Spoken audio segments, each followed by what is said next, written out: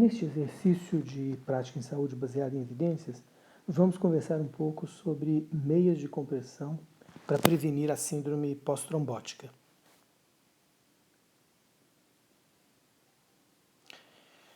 Imagine numa situação clínica em que uma paciente, após ter tido confirmado o diagnóstico de trombose venosa profunda, está preocupada com o uso de meias de compressão porque acha que certamente não conseguirá tolerar e quer saber o risco que ela corre se não utilizar as meias. Numa outra situação, uma paciente está angustiada porque a filha anda brigando comigo porque comprou as meias e eu não consigo utilizar. Numa outra situação, você faz parte da comissão que vai propor o protocolo da linha de cuidado do paciente com tromboembolia venosa. Um dos integrantes defende que o serviço deve oferecer as meias sob o risco de ter de fazê-lo por decisão judicial. Bom, essas situações ilustram o fato de que os pacientes entendem bem a linguagem das evidências. Os pacientes estão preocupados com o que eu tenho, a intervenção que está sendo proposta, as alternativas, os ganhos e as perdas com cada alternativa. Isso nada mais é do que a pergunta PICO, que é o começo da prática em saúde baseada em evidências. Então, os pacientes, os problemas, os diagnósticos, a comparação entre duas intervenções e o que a intervenção traz em termos de desfechos. Então, a pergunta PICO ficaria desse jeito. Em pacientes com trombose venosa profunda, o uso de meias elásticas de compressão comparado ao tratamento padrão com anticoagulação e atividade física, qual o efeito dessa intervenção sobre a incidência da síndrome pós-trombótica, também conhecido como insuficiência venosa crônica? Antes de responder a essa pergunta PICO, essa pergunta que pode ser respondida com dados comparativos da pesquisa clínica, talvez a gente tenha dúvidas básicas para serem respondidas primeiro, como o que é TVP, o que é síndrome pós-trombótica, qual a incidência da síndrome pós-trombótica após uma TVP, ela seria baixa, muito preocupante?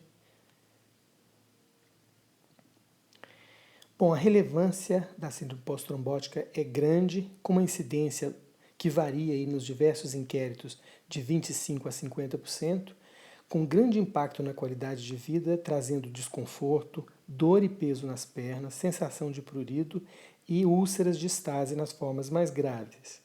O tratamento é difícil, por isso é fundamental o foco em prevenção.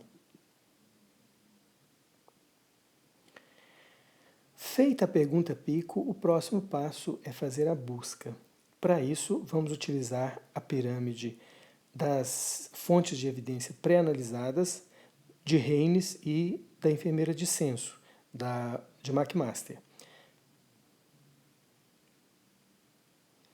Vamos começar com o sumário disponível no portal Saúde Baseada em Evidências do Ministério da Saúde, o Dynamed.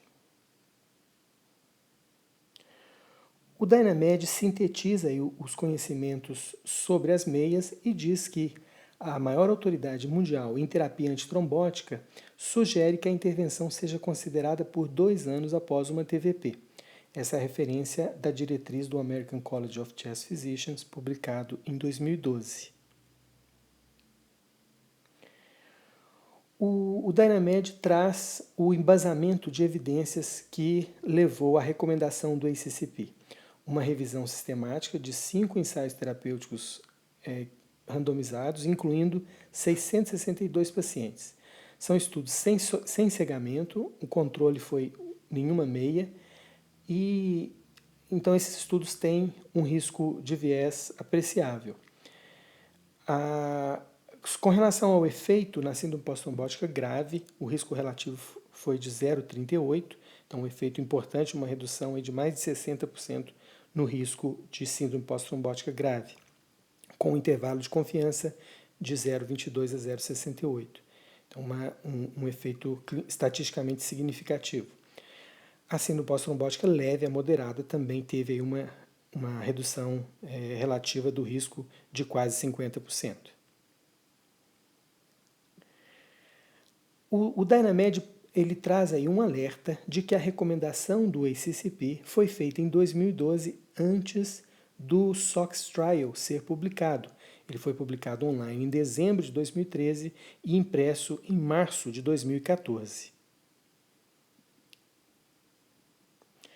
Então o Dynamed nos avisa que essa recomendação não está atualizada.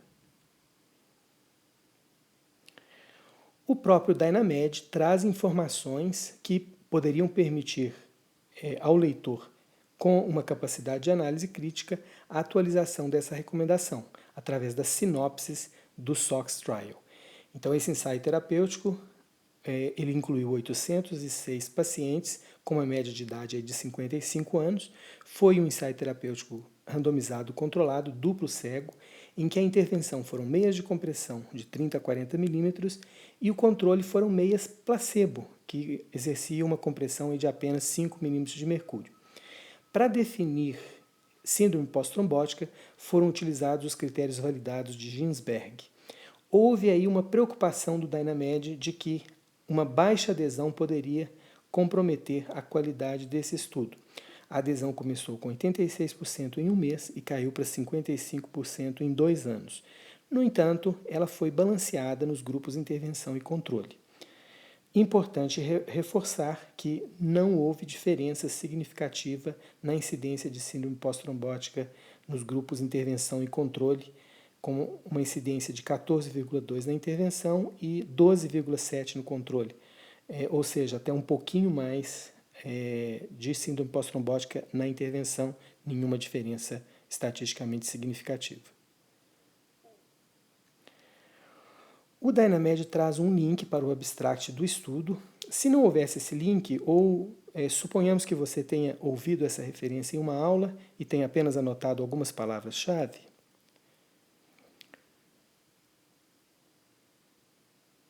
seria muito fácil localizar o abstract, procurá-lo no PubMed, utilizando como descritores a palavra Lancet, que é o nome do periódico em que ele foi publicado. Então, o descritor Lancet no campo fonte, no campo SO, ou no campo Journal, e Stockings no campo título, unindo os dois com o operador booleano AND.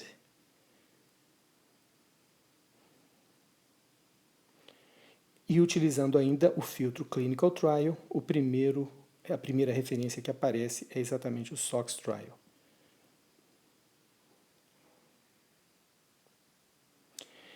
Esse recurso é interessante porque logo após o abstract do estudo, o PubMed traz nos comentários as referências das sinopses já publicadas sobre esse artigo original. Então aqui nós temos as sinopses citadas do ACP Journal Club, publicada pelo Annals of Internal Medicine, de uma sinopse publicada pelo Family Practice e outra pelo Enfermagem Baseada em Evidências. Os títulos das sinopses são bem curiosos. Por exemplo, o ACP, que foi publicado aí uns 4 meses depois do estudo original, diz que após uma primeira TVP, meios de compressão não preveniram a síndrome pós-trombótica. Já o Family Practice é mais incisivo e diz no seu título: deixe de prescrever meias de compressão após TVP. O Enfermagem Baseada em Evidências foi publicado 1 ano depois do RCT e o título diz: meios de compressão falharam na prevenção de síndrome pós-trombótica após uma primeira TVP. Tendo por base o sumário e as sinopses do SOX Trial, mesmo com baixa adesão, mesmo com baixa incidência, é improvável que o estudo tenha deixado de demonstrar um efeito clinicamente importante. É melhor não insistir com um tratamento que incomoda a maioria dos pacientes, por um benefício improvável e pequeno. Assim é possível formar uma opinião a partir de evidências pré-analisadas presentes nos sumários e nas sinopses. Encerramos por aqui a primeira parte.